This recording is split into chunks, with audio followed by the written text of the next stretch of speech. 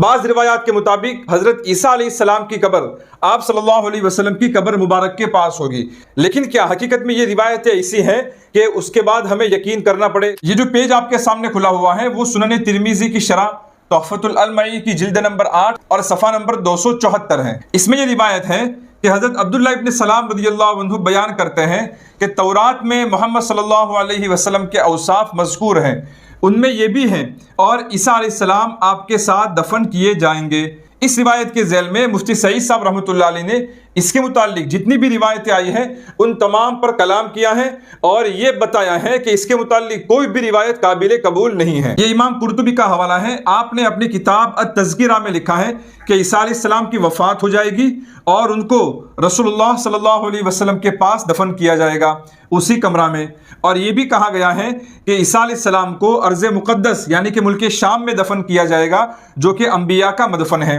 یعنی کہ یہ قول نقل کرنا ہی اس بات کی دلیل ہے کہ عیسیٰ علیہ السلام کا آپ صلی اللہ علیہ وسلم کی قبر مبارک کے پاس دفن ہونا یقینی نہیں ہے، کسی صحیح معتبر حدیث سے اس کا ثبوت نہیں ملتا ہے۔